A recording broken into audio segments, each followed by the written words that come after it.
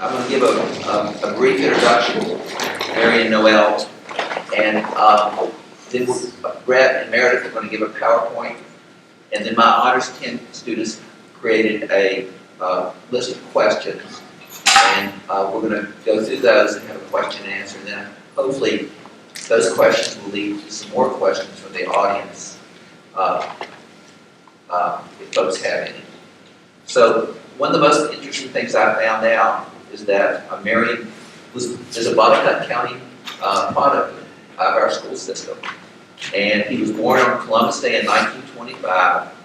He attended Eagle Rock Elementary, and he graduated from Eagle Rock High School in 1942. I didn't know there was an Eagle Rock High School. On his 18th birthday in 1943, he boarded a train and went to Sampson, New York, in boot camp.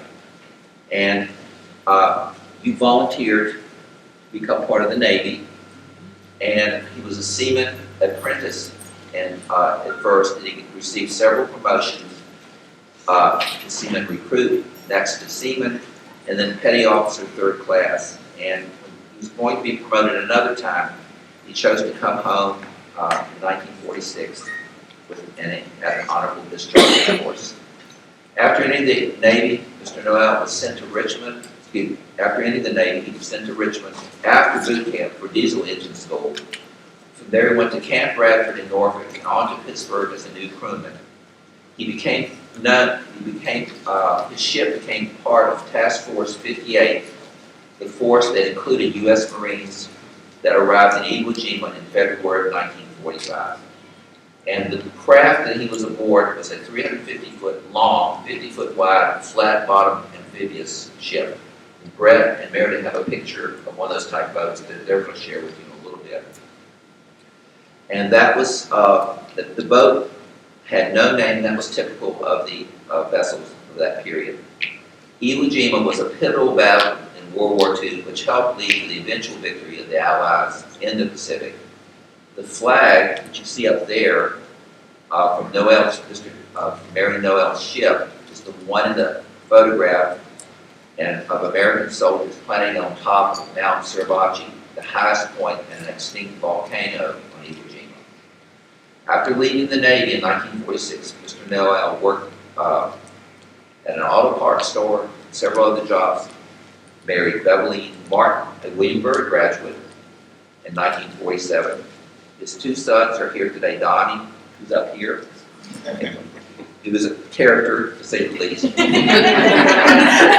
And Tony from Roanoke County. Tony's here as well, yes. Later, he worked for 35 years for the U.S. Postal Service, retiring in 1985.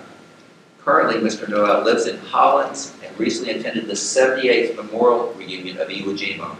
He was one of 8 servicemen from that battle present. His son Donnie informs that his dad was quite popular with the ladies that evening and enjoyed several dances with him. Today, Marion Noel enjoys attending church and working in his yard and house. So if y'all would give them a welcome.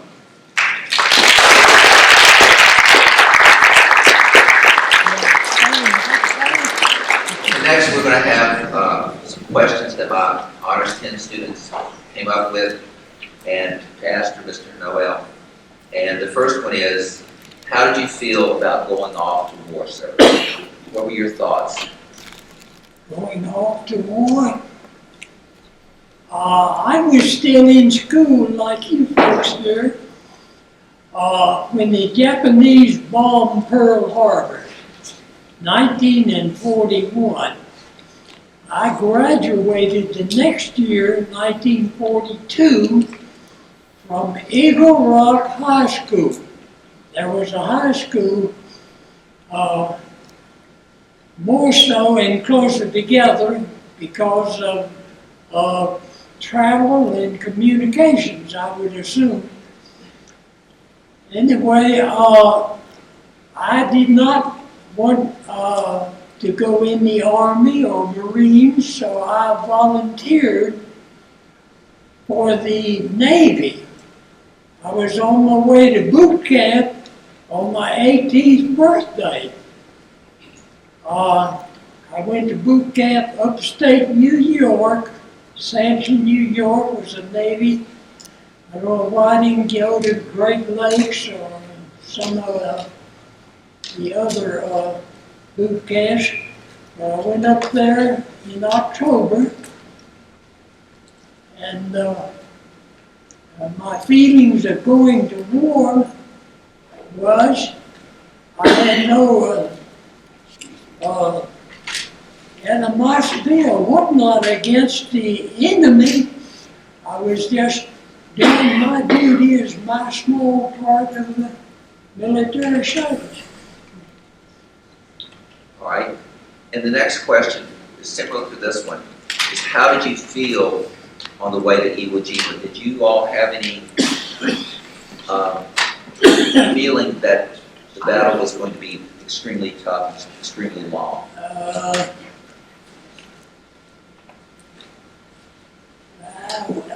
I spent Christmas 1944 in Hawaii. Our ship was there. We went to the large island and loaded up Marines and all of their heavy artillery, and we headed west. February 1945, we had no idea. I mean, the officers probably knew, but the regular guys on the ship had no idea of where we were going or what we were going to do until the night before.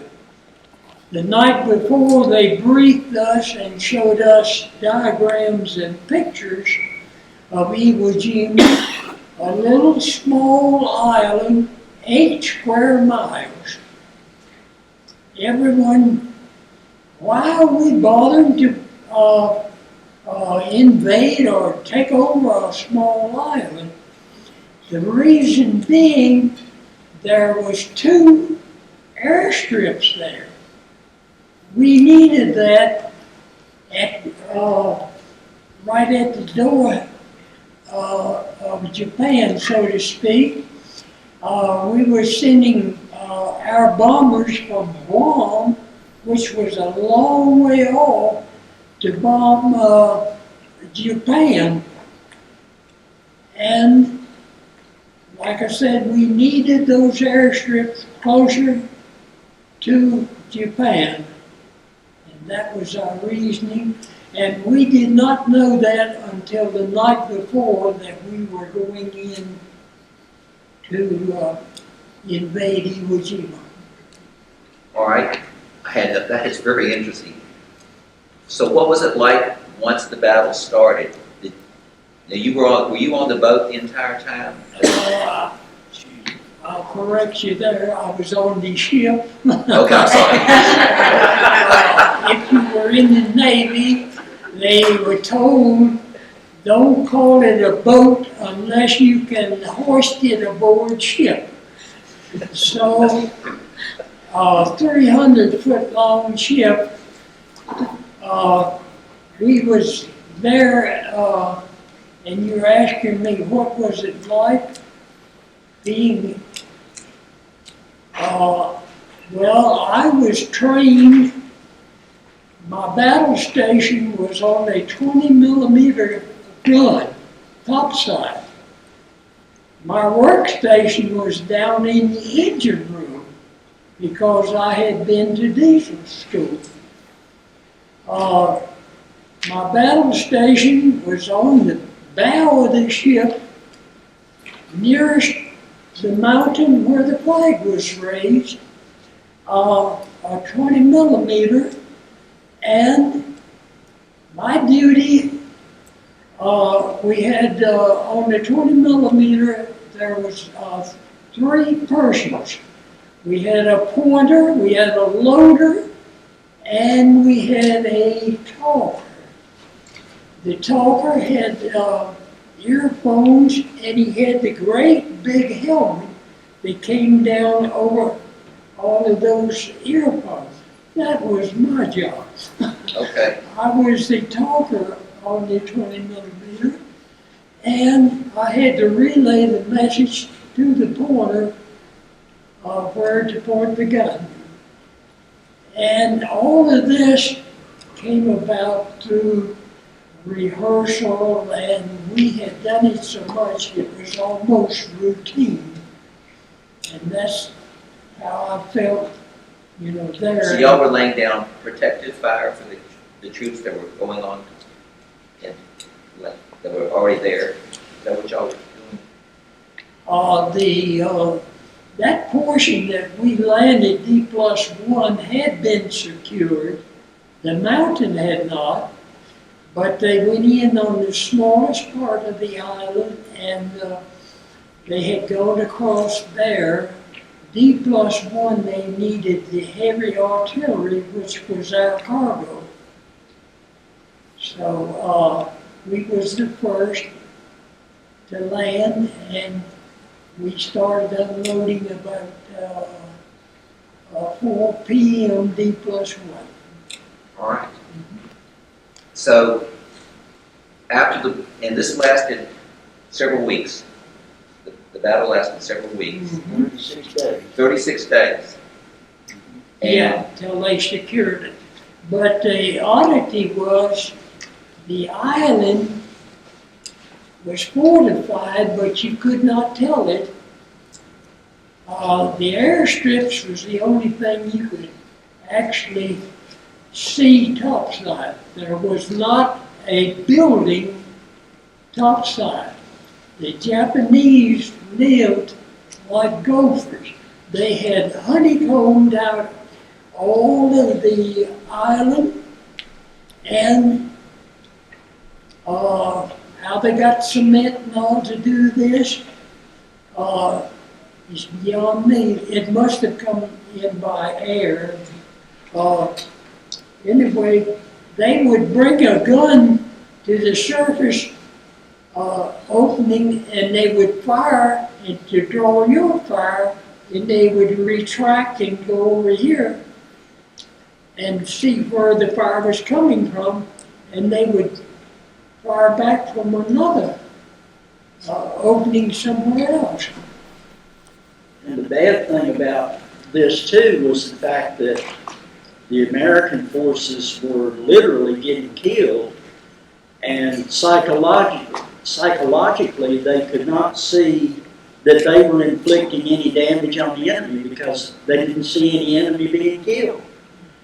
If any were right at the opening of the entrance or something, they would drag them back inside, and psychologically that would work on you. Now, we have some additional questions, but I'd like to, would anyone in the audience have a follow-up on any of the things they've said? Would anyone like to ask a question before I continue with some more of the student questions? Okay. Probably Iwo Jima has been so long ago that it would be of no interest to any of the school people, except those that took it on their own to make a special study. Well, so after the battle was over, and it was time for you to return home, what were your feelings about that? After the Battle of Iwo Jima was over, we went back to Guam, loaded up, and headed west again for another invasion, Okinawa. So you were at Okinawa too? Yes. Wow, okay. After Okinawa, we came back to Guam. We went to the Philippines. The Philippines was back in American hands by then, but we made a lot of shuttle runs from island to island, taking materials and whatnot back to the main island or back to Manila. And we was at the Philippines, loaded up, ready to go on an invasion of the homeland of Japan. we got a delay order telling us not to go. Would you have any idea why? Anybody in the audience have an idea? Yes. The nuclear bombings. The A-bomb. Was the A-bomb. Yes.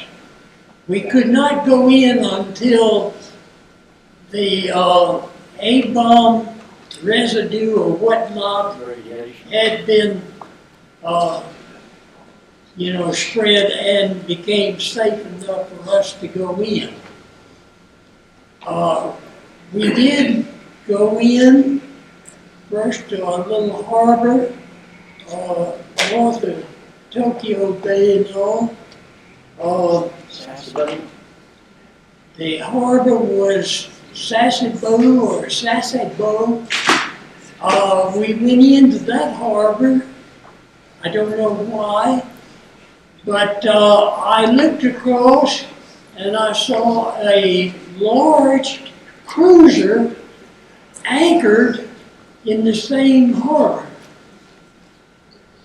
I went to ask the communications if that, what cruiser it was.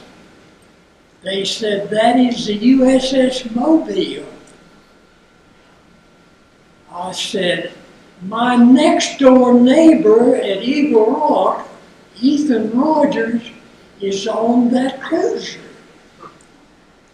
I asked permission, and our officers permitted me to get in their Higgins boat and go to visit my next door neighbor halfway around the world in Sasebo Harbor, Japan.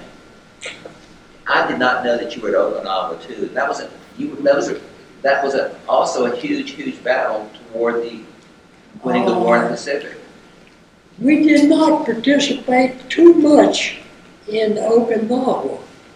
The load we had, we more or less slipped in on the east side, unloaded and left. We was not actually, well, we was a part of the battle, but yet we did not see enemy fire or whatnot. Okay. The landings were on the west side, I think. And they were not on that west side. No, Okay. his group was on the east side. So I guess you were in the boat that was preparing to invade Japan if we had dropped the two A-bombs. Is that correct, then, Donnie? That's what we were ready Right. to See, do. only a select few knew of the atomic bomb. Right. Vice President Truman did not know of it until Franklin Roosevelt died and he became president. Then he was informed. So it was a very small, close-knit group that knew of that. This is amazing. I did not know all of this Yes. about the Okinawa being there as well.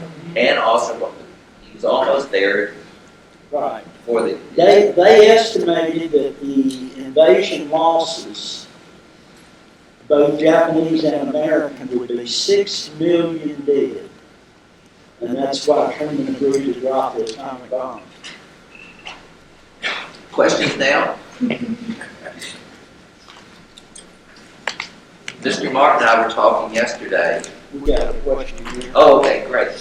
Jack, How did the terrain of Iwo Jima affect the battle itself?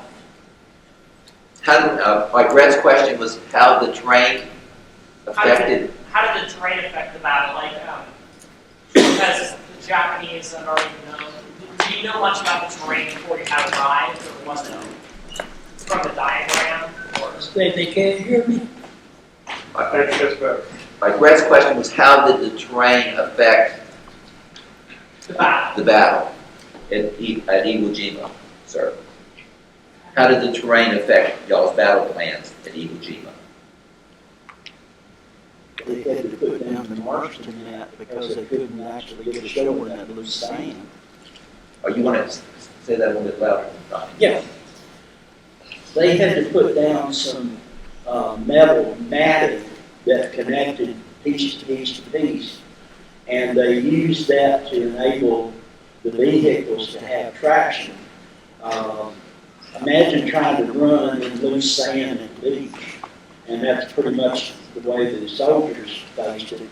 But then any vehicle that tried to move also would get bogged down.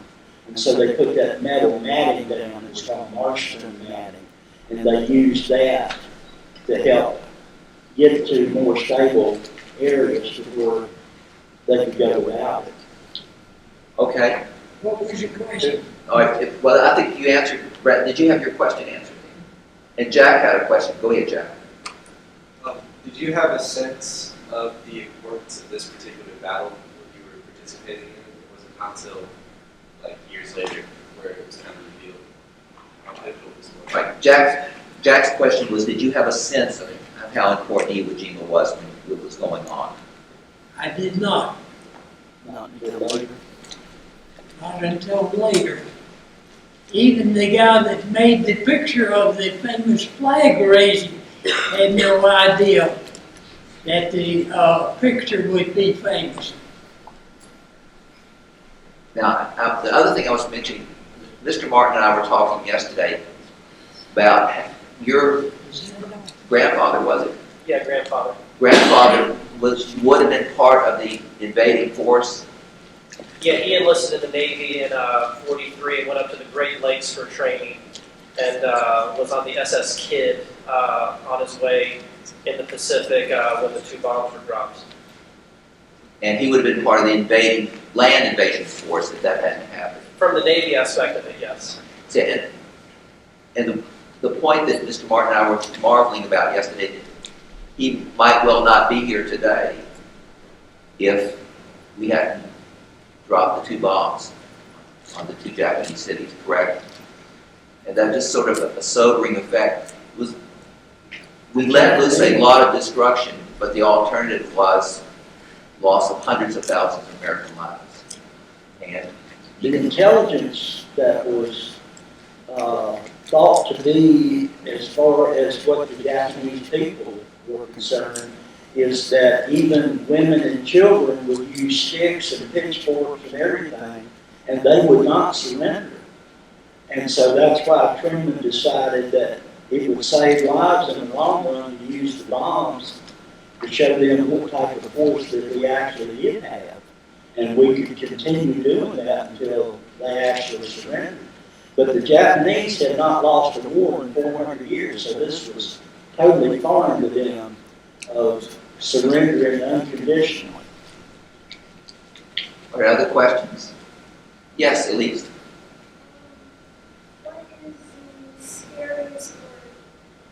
What is the scariest thing you witnessed or heard about from other soldiers? All right, Elise's question was, what was the scariest thing that you experienced while you were there, or the scariest thing you heard from other soldiers that they went through? What was the Most terrifying thing. Scariest thing, or most terrifying? we landed D+1, and about 4 p.m. About 4 a.m.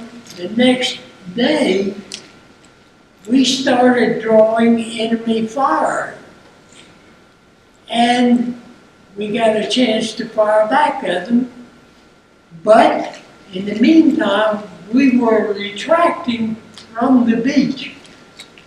That is about as close as we got to actually being in battle. What about the fellow that the phosphorus grenade came down on those gas cans? That was a scare. We was at general quarters, and there were barrels of gasoline still on topside as part of our cargo to for the Marines and their equipment. And we got a phosphorus flag or whatnot. Flare, wasn't it? Flare is the word I was looking for. Down right where all of these tanks, 55-gallon drums of gasoline was. We look around, uh-oh, we're gone now. One of the, he wasn't an officer, but he was a first-class petty officer, yet he grabbed up a asbestos glove, grabbed that flare and threw it overboard. Oh, He saved our lives of 100 and some men and officers. okay, I think you answered Elise's question very, very well there. Before I continue, yes, As you said, you were really young when you joined World War, or you joined the Navy. Were you and a bunch of other younger people scared to go into war? Paige's question is, were you scared to go into the war? Scared to go into the war? Not as, we had our training, we had much training for our battle zone. We knew what to do, and we did not. They told us the night before that we was going into an invasion, but we brushed it off more or less as routine. I don't think anyone started shaking. Didn't really have time to think about it. You were reacting to training for the most part. All right, before I continue, any other questions? Yes, What was your daily life, or your daily routine was like when you were in the battle? what was your daily life like? What was a typical Daily life, life, daily routine? At general quarters, or On the boat, I think is what normally, we would, if we was underway, we would, our duty would be 4 hours on and 4 hours off. And I was in the main engine room if we was underway. In port, I stood watch in the auxiliary room. This was where the power for the ship was made by diesel engines pulling generators, and we had to stand watch or have watch there when we was in port also. But when we was underway, we was 4 on, 4 off in the main engine room. And our duties was to take hourly readings, and we had to answer any change in speed or whatnot from the bridge. We had a little thing that we had to answer there. If they said full speed ahead, we had to turn a thing in, back to where they reply to their answer, to their request. And we saw it come down, they say full speed ahead, and we grab a throttle and open it up. All right, other questions? Paige, How many months did you do your daily routine for when you went into battle on a daily routine, or for what you thought was just normal, I guess? what was your, explain Paige, what was your question? Like how long did they have to do the daily routine until you went to war? Because they would practice. All right, how long did it take you to learn your daily routine? I think it's what Paige is asking. How long did it take you to learn this daily routine? how long it took me to learn the Navy. The daily routine that y'all said that you felt like you were ready to enter battle. We got a lot of that, even before, we went aboard ship. And we had, rehearsed general quarters quite often. And, you see, it's quite a ways from, San Diego, California to Hawaii on a flat bottom boat that only travels about 8 miles an hour. 8 to 10 miles an hour. So we had plenty of time to rehearse general quarters, and when we heard an alarm of general quarters, everyone knew where to go and what to do. They had been assigned and they knew what their routine was. They probably practiced this going down the Ohio and Mississippi to the Gulf of Mexico, and they had shakedown Possibly. there in New Orleans in the Gulf of Mexico before they even got, into the Pacific. Yes, sir. When you did eventually get back home, what was the readjustment like? All right, that was one of the questions that my students asked, so that's a great question. So what was it like? Did you have trouble readjusting to civilian life when you came home? What was it like? I did not.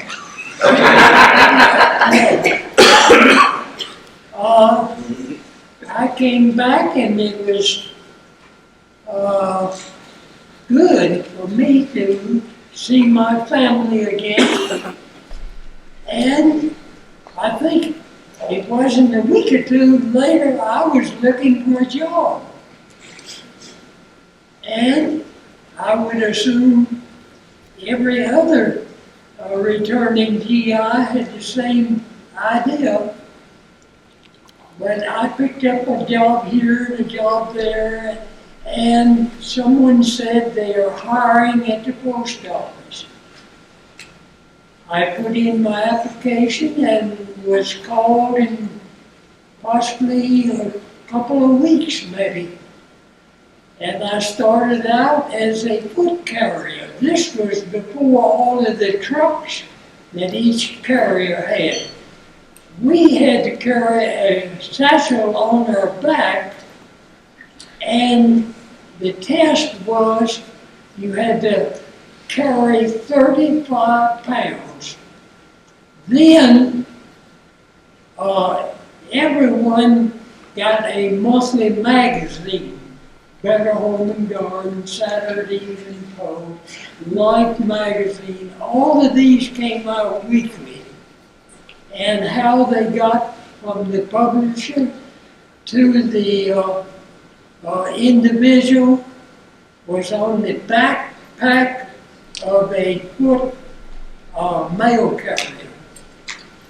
And I went from carrier to carrying partial post. I drove a truck carrying partial post. I went from that to area maintenance. I covered all of Southwest Virginia, doing work on stamp vending machines, lock boxes, whatnot, within the post offices from here to Cumberland Gap. And from that, from maintenance, I went into real estate. I knew the territory, and I made surveys for new or alternate quarters for where a post office would be. And that was my final position before 30-some years I retired. Other questions? Yes. Did anybody like that you was close with during the war like pass away? Anybody you got close with like in the war? Did you lose any close friends? The young lady is asking. Did you lose any close friends during the war? Did any of your close friends pass away during the war? No. Yes, I did. Yes, I did. I'll take that back. I had a first cousin from Richmond. Was in the Navy? No. Yeah, he was in the Navy. He was in the Navy as a Navy corpsman on Saipan. Navy corpsman on Saipan. We went with the Marines there. Yes. And was killed. First cousin from Richmond was lost in the Saipan. Yes, sir. So the flag from the famous painting or picture was actually on your ship. Were the men that were putting that flag up from your ship as well? Were the men who put up the flag on the mountaintop there, were they from your ship? You mean as passengers? I do not know. One of the guys that raised one of the flags was in the Navy. He was a corpsman, but I cannot verify any personnel that raised the flag being as a passenger on that ship. They came by a troop transport ship, the 28th Marines.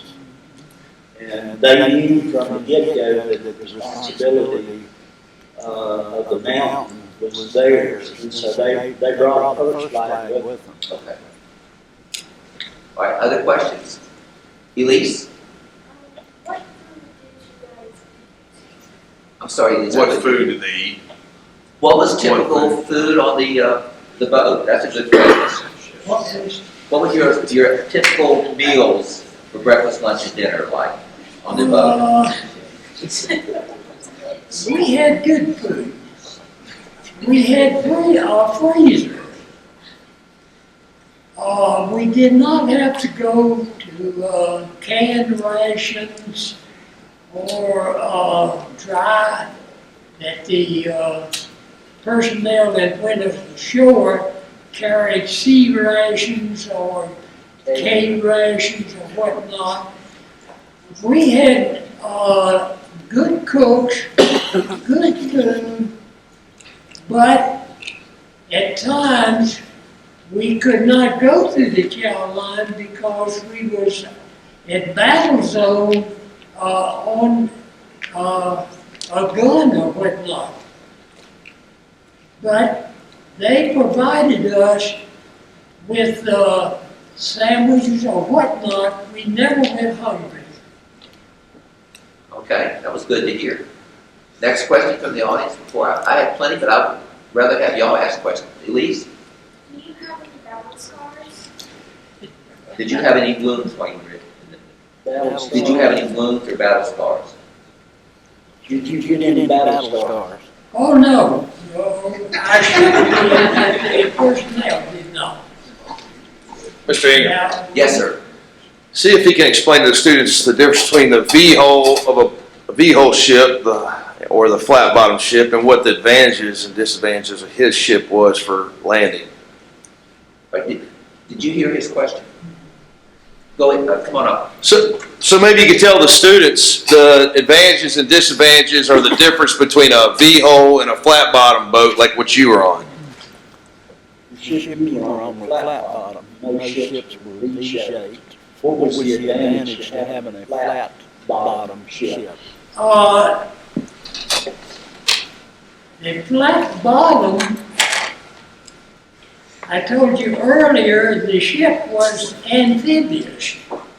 It was seagoing, yet it could pull up on the beach, open the doors and drop the ramp and unload the cargo.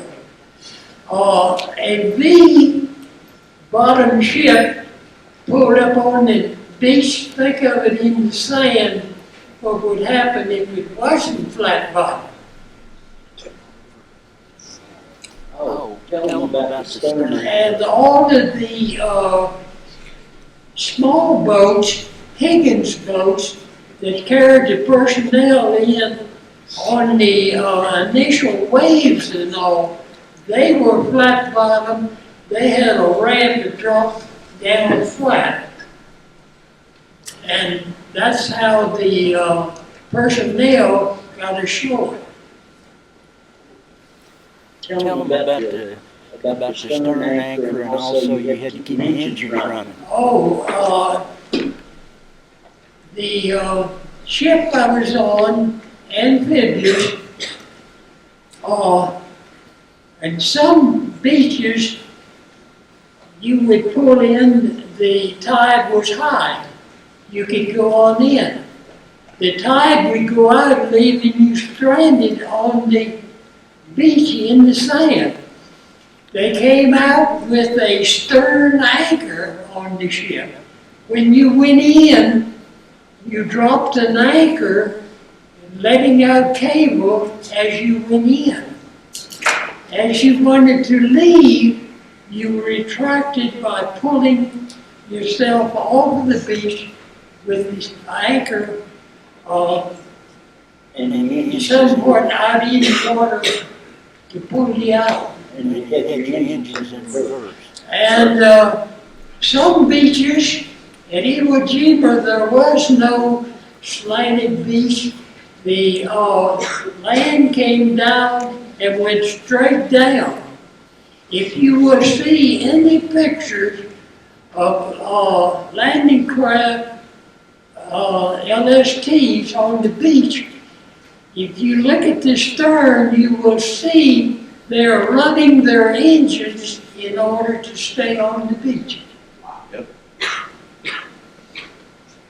Okay, next question, anybody? Elise? Did you ever see a creature on the ship sometimes?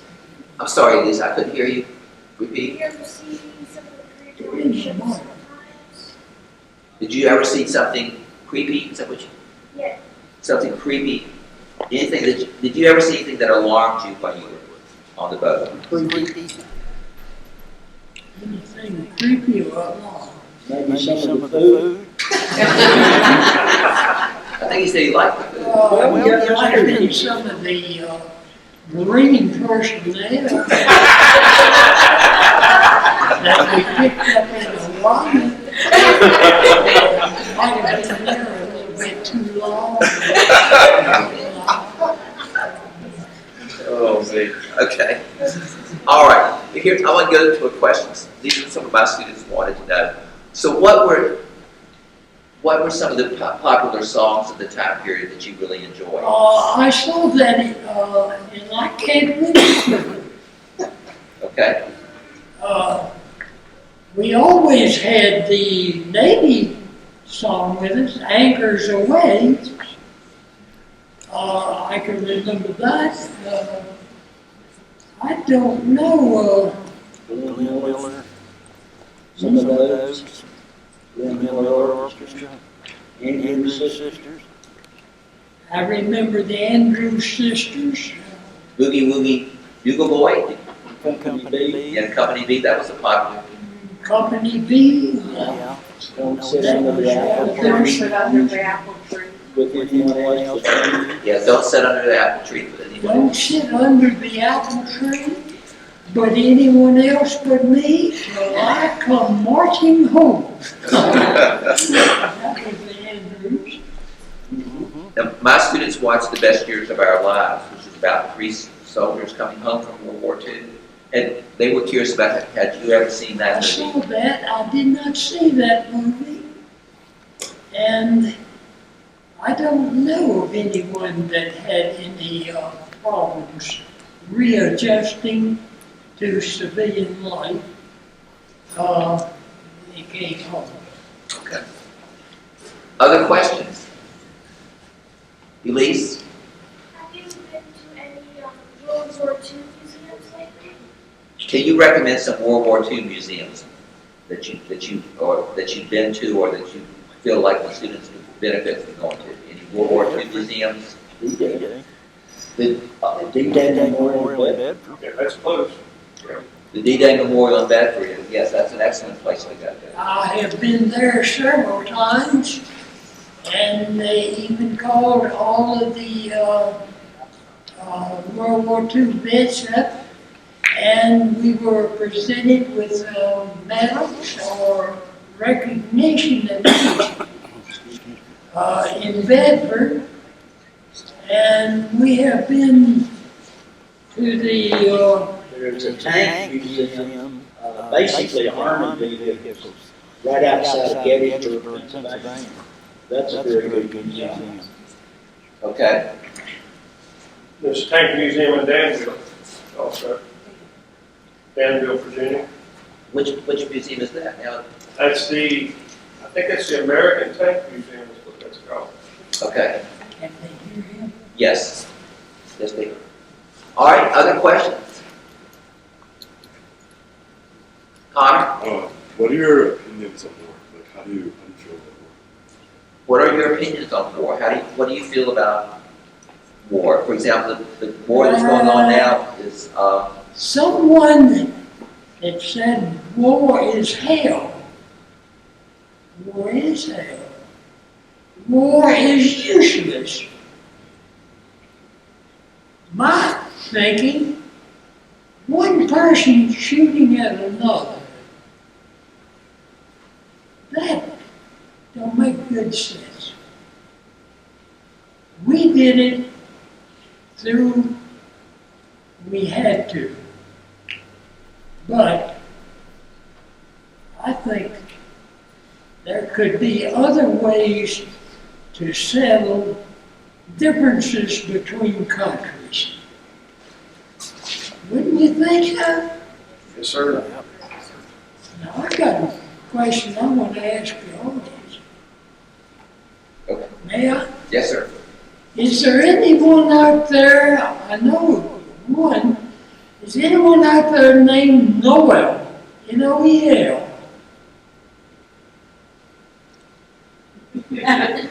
Just one.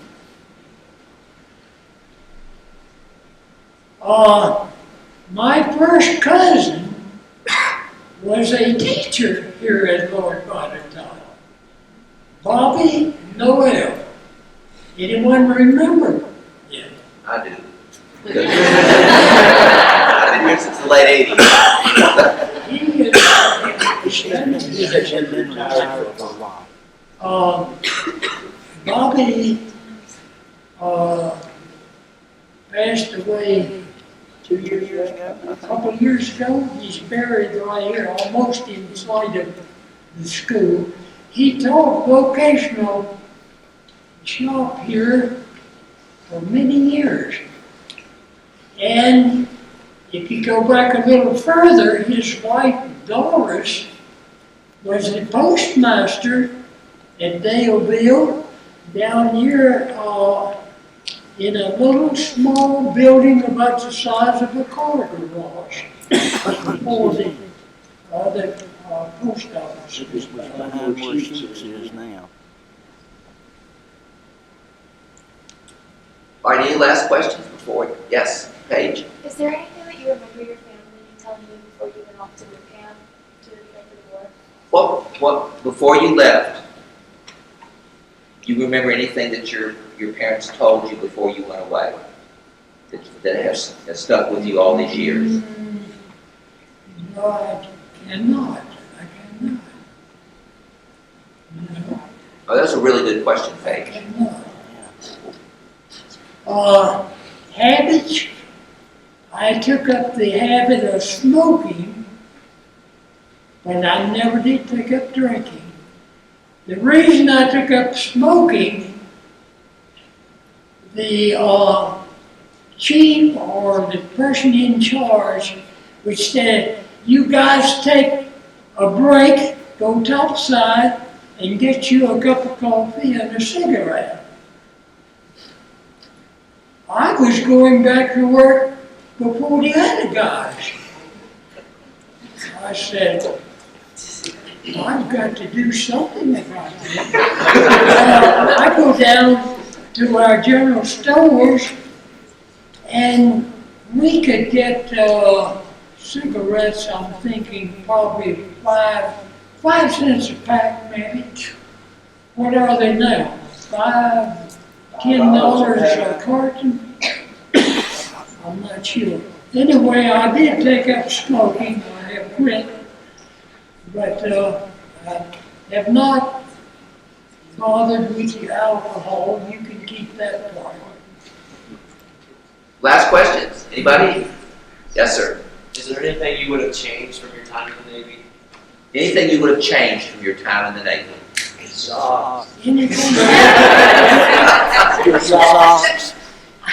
Anything I would change? My son said he would change his socks more often. We had our own laundry and all, and we did not have that problem.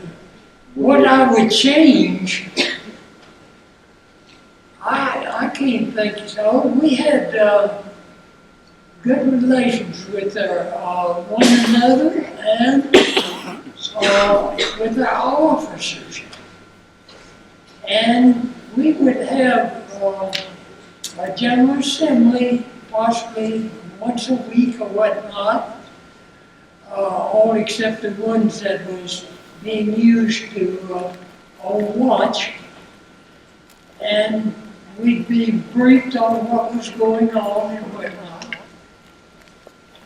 And that's about as All right, anybody else?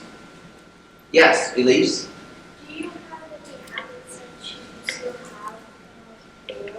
Do you have any habits that you developed during the war that you still carry through in your daily life? Habits. Habits. Yeah. habits. Smoking, is what I have. Stop, yeah. That was pretty much. Any good habits? Any good habits or anything from that? Well, I did not pick up drinking. Still don't. All right, with that, I guess, what time is it anyway? 3:17. 3:17. All right. Then I guess this concludes. Would y'all give him a hand for coming today?